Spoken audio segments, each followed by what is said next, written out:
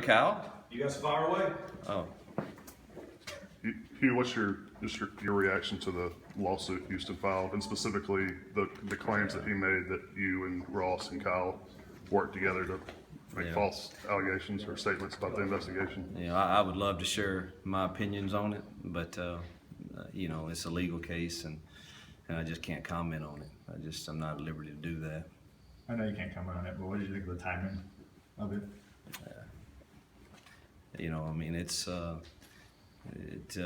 It seems a bit ironic that the timing was what it was, but it is what it is. What is your relationship with Houston, if any at all?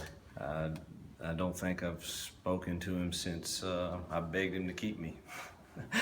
I did see him at a Chick-fil-A golf tournament, and I think a lot of Houston. Are you glad to finally be turning the attention to football? I would hope so. I keep waiting for the media day where I can come here and we can just talk about our players and talk about the expectations of the season. And for whatever reason, the journey we've been on, obviously some our fault, has continued for a long time. I think this will be my 6th media day, and if my memory's right, it'll be the 5th time that we're still talking about something other than our team. So I'll be very excited to get to that day.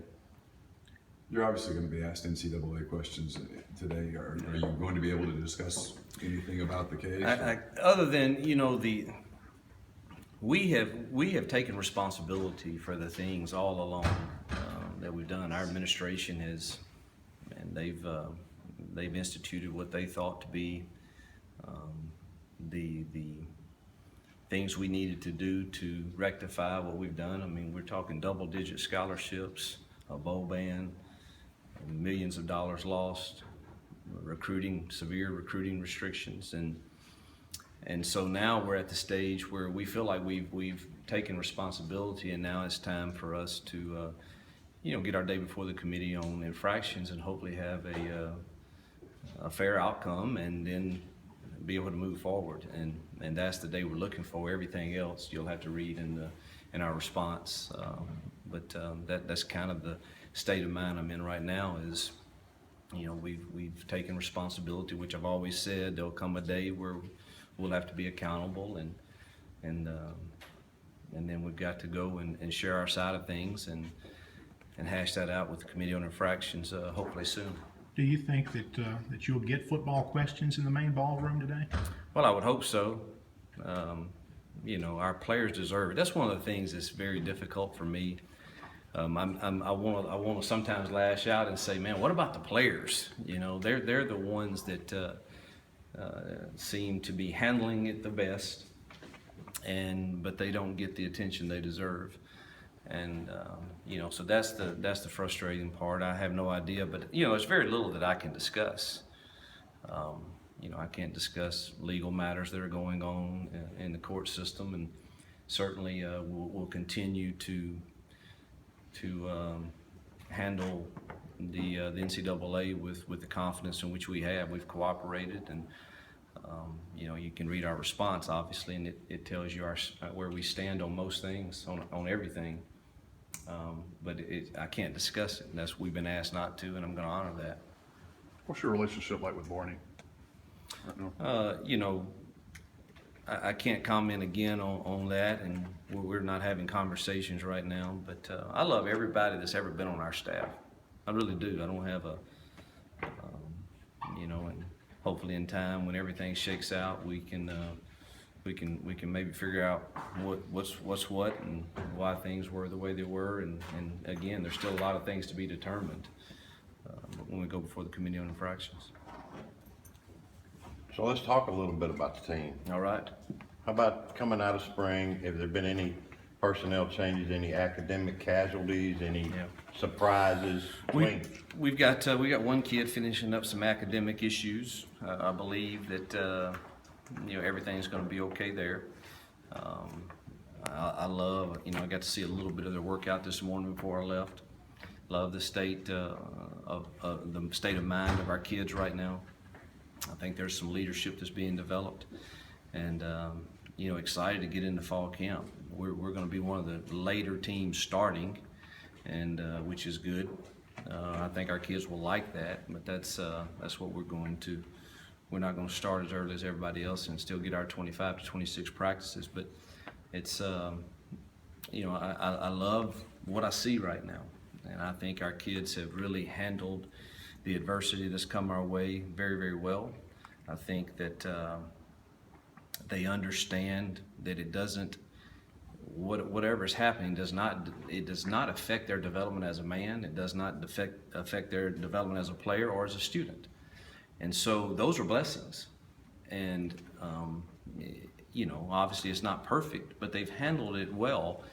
And you've got to embrace that it doesn't affect those things for you, and you can still have an opportunity to go out and compete in 12 outstanding games for a great university at a great level, playing in the SEC. And again, it's not perfect, but they can be a great model of how to handle adversity, and it'll pay off, down the road for them in life when they get married and have children and jobs and all of those things. It is a great learning lesson. Are there any signees you're anticipating not making it or to campus? I assume you already know a couple that did not. Everybody else is there. Everybody we expected to be there is there, and excited about people like Dede Bowie. I think he's a heck of an athlete. C.J. Miller. We need a couple of those guys, and Cam White. Some of those guys need to play at safety.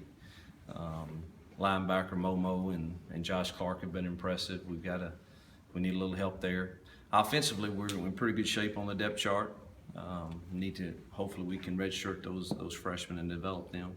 Based on what you saw in spring, and based on last year's defensive performance, where do you see the defense? And are you hopeful or excited or what? Well, I'm always hopeful and optimistic that we can get better. And the job Dave did for me for years was, I'm indebted to him. And we didn't have it last year for whatever reason. And I think McGriff has brought a discipline to it, an energy to it.